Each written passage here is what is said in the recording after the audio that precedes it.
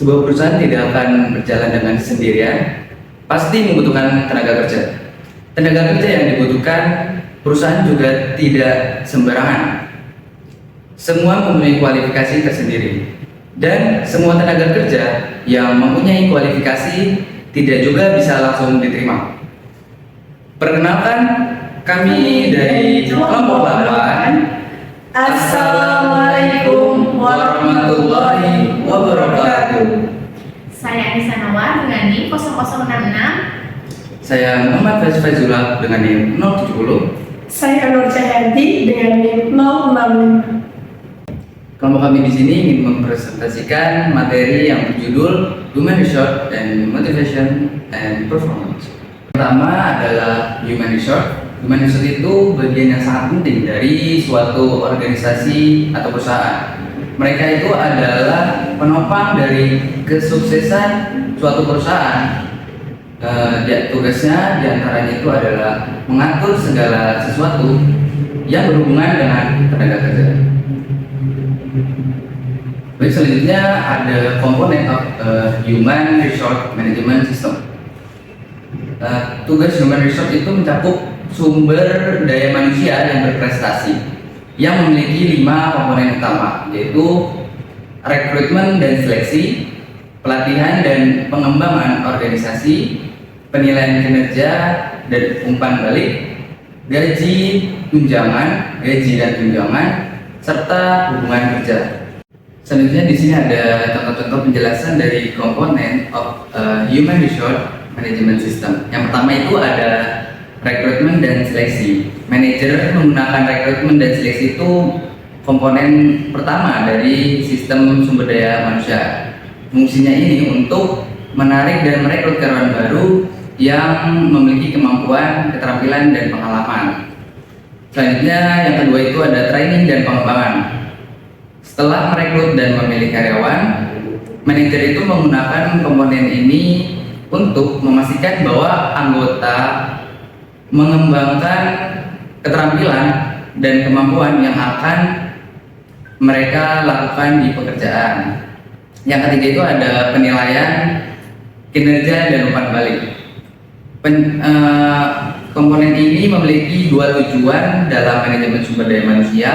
Yang pertama itu ada penilaian kinerja, dapat memberikan manajer informasi yang mereka perlukan untuk membuat keputusan. Yang kedua, umpan balik dari penilaian kinerja, melayani tujuan pengembangan anggota organisasi. Baik, selanjutnya yang ketiga, gaji dan tunjangan. Berdasarkan penilaian kinerja, manajer mendistribusikan gaji kepada karyawan yang merupakan bagian dari komponen keempat sistem ARM ini. Selanjutnya yang terakhir ada hubungan ketenagakerjaan. Hubungan ini mencakup langkah-langkah yang diambil manajer untuk mengembangkan dan memelihara hubungan kerja yang baik dengan serikat pekerja. Nah, selanjutnya di sini ada materi job analysis. Job analysis itu adalah analisis pekerjaan, merupakan aktivitas penting kedua yang perlu dilakukan manajer sebelum perekrutan dan seleksi. Selanjutnya ada posisi PAI. Ini merupakan kuesioner yang komprehensif dan terstandarisasi yang diandalkan oleh banyak manajer untuk melakukan analisis pekerjaan. PAK ini berisi 194 item yang disusun dalam 6 divisi. Yang pertama ada input informasi, yang kedua ada proses mental, yang ketiga keluaran pekerjaan, yang keempat itu ada hubungan dengan orang lain, dan kelima konteks pekerjaan, yang terakhir karakteristik pekerjaan lainnya.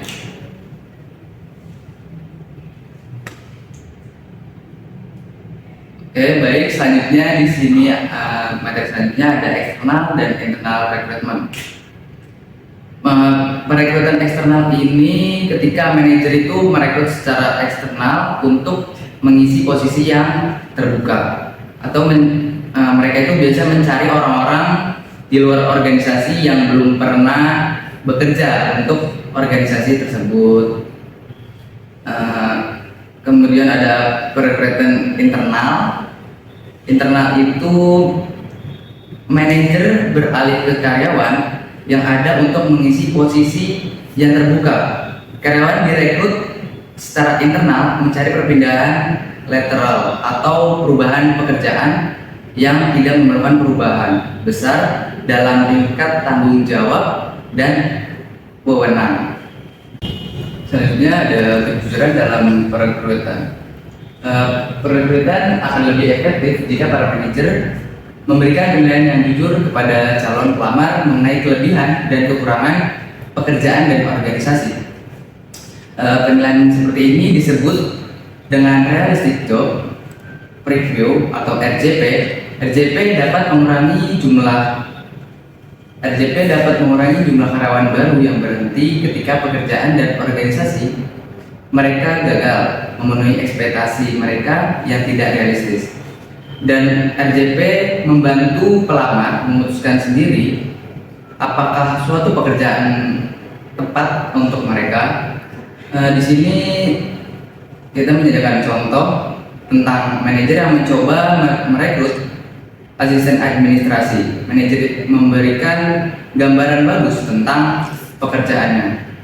Mungkin akan dengan mudah mengisinya, tetapi mungkin juga akan memperkerjakan seseorang yang berharap dapat dipromosikan dengan cepat ke posisi asisten eksekutif. Setelah beberapa minggu bekerja, individu tersebut mungkin menyadari bahwa promosi tidak mungkin terjadi, tidak peduli seberapa bagus kinerjanya, menjadi tidak puas dan mencari serta menerima pekerjaan lain.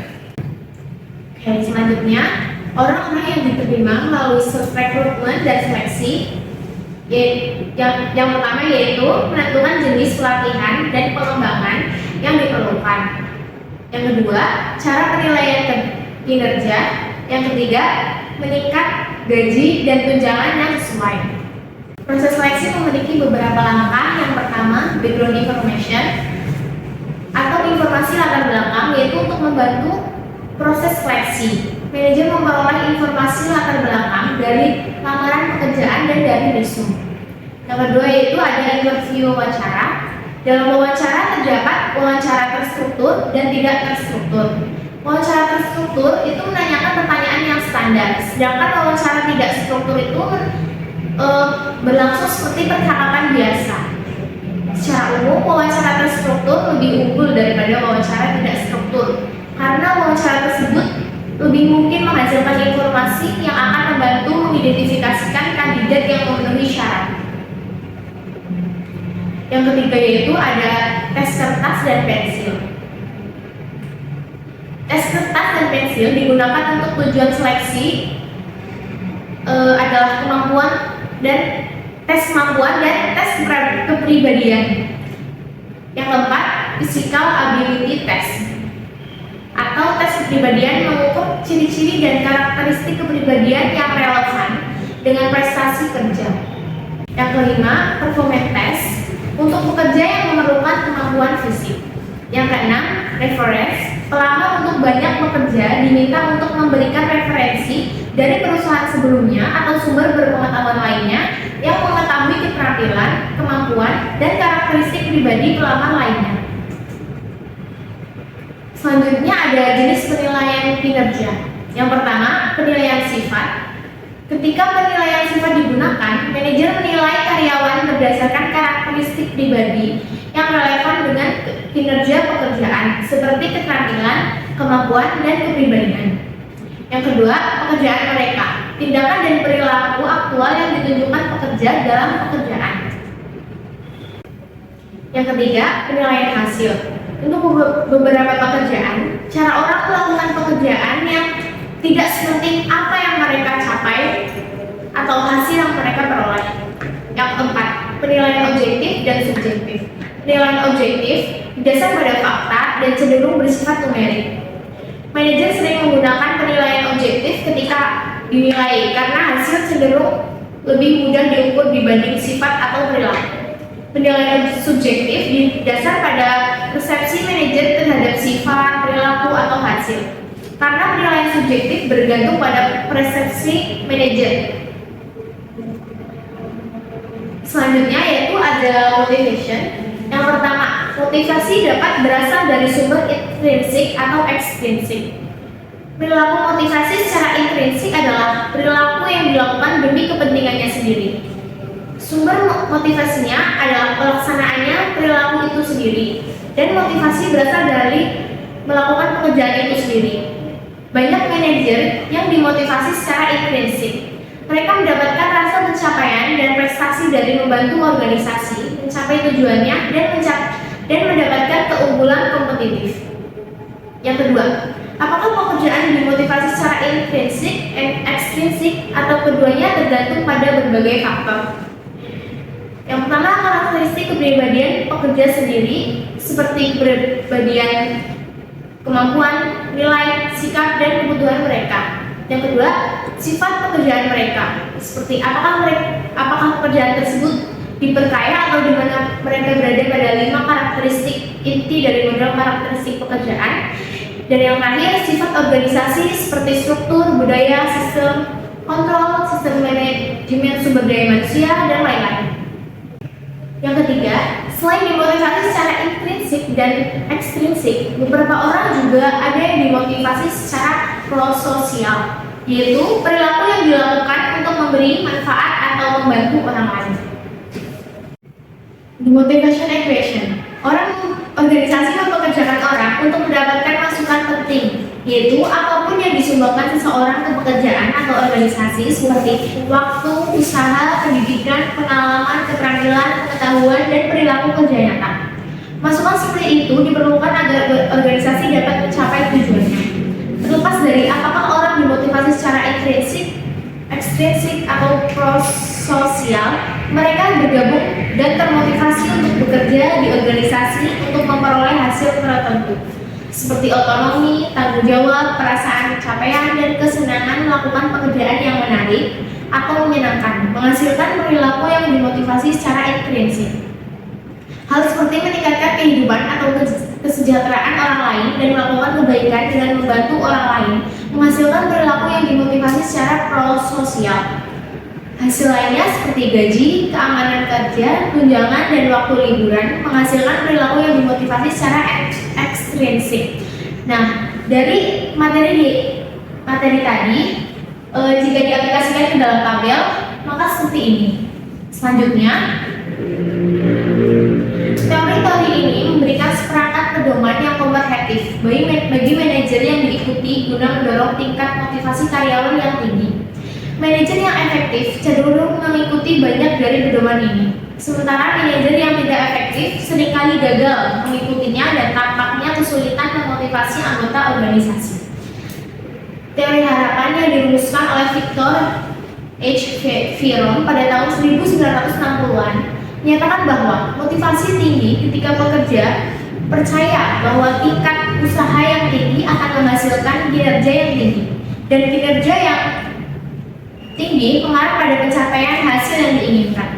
Teori harapan adalah salah satu teori motivasi kerja yang paling populer karena berfokus pada ketiga bagian persamaan motivasi, masukan kerja, dan hasil.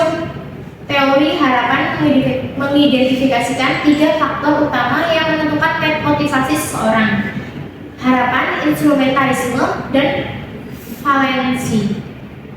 Harapan adalah persepsi seseorang tentang sejauh mana usaha atau sebagai masukan menghasilkan tingkat kinerja tertentu. Tingkat harapan seseorang menentukan apakah dia percaya bahwa tingkat usaha yang tinggi dan menghasilkan tingkat kinerja yang tinggi. Oke, setelah kita membahas tentang teori harapan, kita akan membahas komponen-komponen utama dalam teori harapan. Ada 3, yaitu ekspektasi, instrumentality, dan valensi.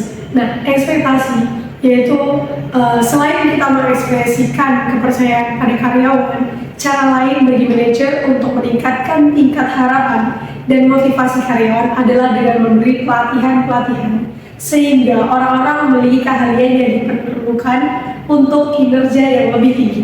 Yang kedua, yaitu instrumental. Instrumental adalah konsep utama kedua teori harapan dalam persepsi seseorang tentang sejauh mana kinerja pada tingkat tertentu menghasilkan pencapaian hasil.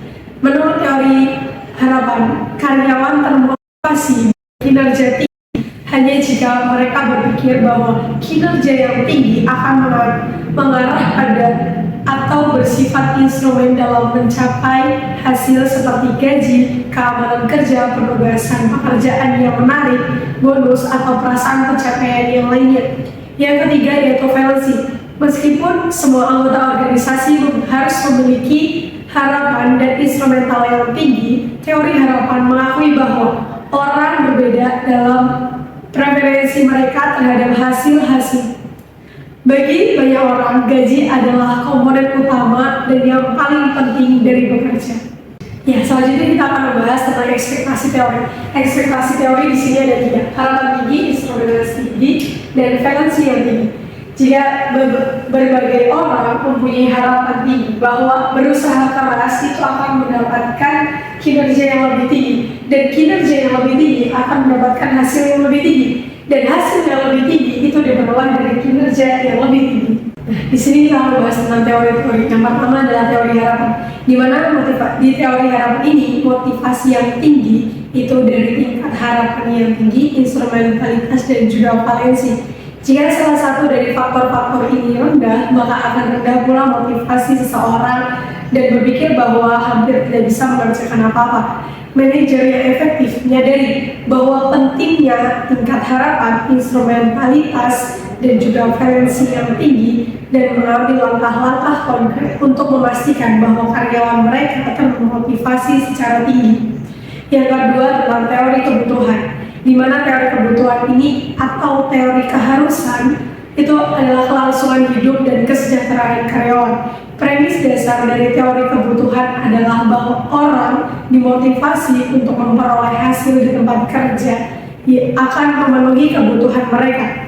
Teori kebutuhan menyarankan bahwa untuk memotivasi seseorang untuk menyumbangkan masukan berharga ke pekerjaan dan kinerja pada tingkat yang tinggi. Ya, di sini ada komponen of human resource management system, yang dimana ada 2, kebutuhan tingkat tinggi dan kebutuhan tingkat rendah. Dimana kebutuhan tingkat tinggi, contohnya ada kebutuhan aktualisasi diri, dimana seorang karyawan itu membutuhkan untuk mengaktualisasikan dirinya. Contohnya mewujudkan potensi penuh seseorang manusia sebagai karyawan di perusahaan tersebut. Nah, manajer itu bisa membantu, salah satunya memberikan kesempatan kepada orang tersebut untuk menggunakan keterampilan dan kemampuan mereka sejauh mungkin. Yang kedua adalah kebutuhan tingkat terendah, yaitu kebutuhan yang paling dasar atau mendesak dari seorang karyawan. Kita ambil satu contoh, yaitu kebutuhan psikologis, di mana seorang karyawan membutuhkan hal-hal dasar seperti makanan, air, dan juga tempat tinggal. Dan seorang manajer atau perusahaan bisa memberikan tingkat penghasilan yang memungkinkan seseorang untuk membeli makanan dan pakaian dan serta tempat tinggal yang jauh lebih memadai. Baik, selanjutnya di sini ada Alderfer hierarchy theory. Teori motivator Eugene Hertzberg mengadopsi pendekatan yang berbeda dari Maslow dan Alderfer. Friedrich Hertzberg berfokus pada 2 faktor. Yang pertama ada hasil yang dapat mengarah pada tingkat motivasi dan kepuasan kerja yang tinggi, dan yang kedua adalah hasil yang dapat mencegah orang dari merasa tidak puas. Menurut teori motivator Eugene Hertzberg, orang memiliki 2 set kebutuhan atau persyaratan, kebutuhan motivator dan kebutuhan Eugene.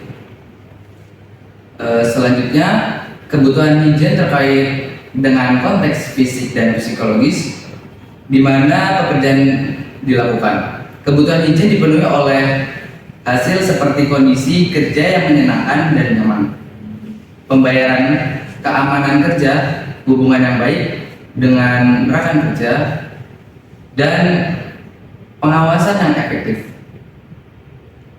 Selanjutnya ada teori kesetaraan. Teori kesetaraan adalah sebuah teori motivasi yang berfokus pada persepsi orang terhadap keadilan hasil kerja mereka relatif terhadap atau sebanding dengan masukan kerja mereka. Teori kesetaraan ini melengkapi teori harapan dan kebutuhan dengan memusatkan perhatian pada bagaimana orang mempersepsikan hubungan antara hasil yang mereka terima dari pekerjaan dan organisasi mereka dengan masukan yang mereka kontribusikan. Selanjutnya ada fokus pada keanekaragaman. Untuk diversitas menginspirasi itu harus ada kesetaraan. Banyak organisasi telah berupaya untuk merekrut tenaga kerja yang beragam untuk membawa sudut pandang yang lebih banyak dalam pengambilan keputusan mereka dan membangun hubungan yang lebih kuat dengan pelanggan mereka yang berbeda-beda. Di sini terdapat contoh, misalnya wanita di tempat kerja yang didominasi oleh pria atau orang-orang kulit hitam di tempat kerja yang didominasi oleh orang kulit putih. Salah satu penyebab pergantiannya adalah bahwa para karyawan ini mengalami ketidakadilan. Dengan cara berhenti ini adalah salah satu cara untuk mengembalikan keseimbangan kesetaraan. Keadilan dalam organisasi teori kesetaraan fokusnya pada distribusi hasil yang adil di dalam organisasi untuk mendorong motivasi tinggi, sering disebut sebagai teori keadilan distributif. Keadilan distributif mengacu pada persepsi karyawan tentang keadilan distribusi hasil seperti promosi, pembayaran, penugasan pekerjaan, dan kondisi kerja di dalam sebuah organisasi. Kemudian ada teori penetapan bertujuan untuk memotivasi pekerja untuk memberikan kontribusi pada pekerjaan dan organisasi mereka. Dalam hal ini teori harapan dan teori kesetaraan. Namun teori penetapan ini bertujuan mengambil fokus ini satu langkah lebih jauh dengan mempertimbangkan juga bagaimana manajer dapat memastikan bahwa anggota organisasi itu mengarahkan input mereka ke arah kinerja yang lebih tinggi dan pencapaian tujuan organisasi.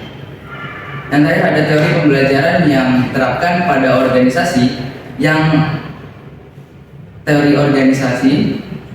pembelajaran yang diterapkan pada organisasi adalah bahwa manajer dapat meningkatkan motivasi dan kinerja karyawan dengan cara menghubungkan hasil yang diterima karyawan dengan kinerja, perilaku yang diinginkan, dan pencapaian tujuan. Dengan demikian, teori pembelajaran ini berfokus pada hubungan antara kinerja dan hasil dalam persamaan motivasi.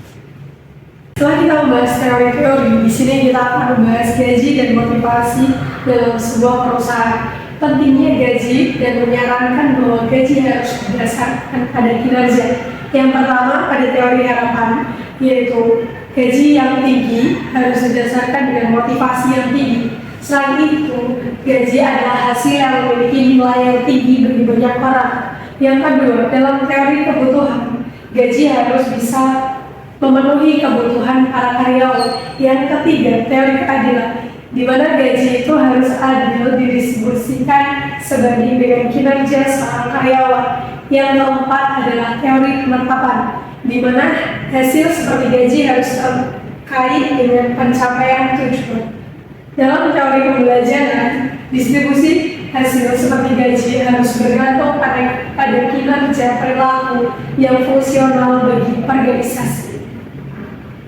Selanjutnya adalah gaji dan motivasi dan teori motivasi yang dibahas dalam bab ini. Pentingnya gaji dan menyarankan bahwa gaji harus didasarkan pada kinerja adalah rencana gaji prestasi dapat berbasis individu, kelompok, atau organisasi dan dapat melibatkan penggunaan kenaikan gaji atau bonus. Motivasi juga dapat didefinisikan sebagai kekuatan psikologis yang menentukan arah perilaku seseorang. Nah, selanjutnya dalam berdasarkan pembayaran berdasarkan 3, yaitu individu, ada kelompok, dan juga organisasi. Contoh individu adalah seperti nilai barang dihitung pada jumlah output yang kita keluarkan, atau jumlah stiker yang dirakit oleh pekerja pabrik, atau juga bisa jam kerja seseorang pengacara yang dapat dihitung. Nah, ini lebih akurat karena motivasi individu kemungkinan besar akan tinggi ketika bayaran berdasarkan pada kinerja individu. Yang kedua adalah berdasarkan kelompok, di mana ketika anggota kelompok bekerja sama erat dan kinerja individu tidak dapat ditentukan dengan akurat, seperti dalam tim pemrograman komputer yang mengembangkan paket perangkat lunak tunggal, bayaran tidak dapat didasarkan pada kinerja individu, dan rencana berbasis kelompok atau organisasi harus digunakan. Yang ketiga yaitu berdasarkan organisasi. Ya, ketika pencapaian tujuan organisasi bergantung pada anggota yang bekerja sama erat dan saling bekerja sama satu sama lain, seperti dalam sebuah perusahaan konstruksi yang kecil, membangun rumah-rumah custom, rencana berbasis kelompok atau organisasi mungkin lebih sesuai daripada rencana individu. Yang selanjutnya adalah kenaikan gaji atau bonus, di mana manajer dapat mendistribusikan pembayaran berdasarkan prestasi kepada orang-orang dalam bentuk kenaikan gaji atau bonus di atas gaji reguler. Meskipun jumlah dolar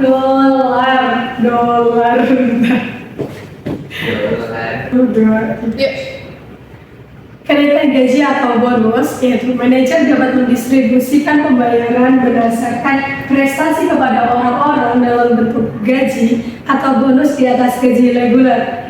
Meskipun jumlah dolar dari kenaikan gaji dan bonus mungkin sama, bonus cenderung memiliki dampak motivasi lebih besar, setidaknya dengan 3 alasan. Selain menerima kenaikan gaji dan bonus, manajer tingkat tinggi dan eksekutif kadang-kadang diberikan opsi saham karyawan, di mana opsi tersebut bisa dipakai atau tidak, dan bisa mendapatkan keuntungan lebih besar atau tidak. Nah, kita di sini bisa menyimpulkan bahwa di bab 12 dan 13 kita belajar tentang human resource and motivation, di mana human resource atau HR itu sangat diperlukan dalam peningkatan perusahaan, dan motivasi kerja juga sangat diperlukan oleh para pekerja atau karyawan dalam sebuah perusahaan. Cukup sekian presentasi dari kelompok kami. Mohon maaf bila ada salah kata. Wassalamualaikum warahmatullahi wabarakatuh. I'm an icon, man. And my girl about a 10. I should fuck her in the Benz.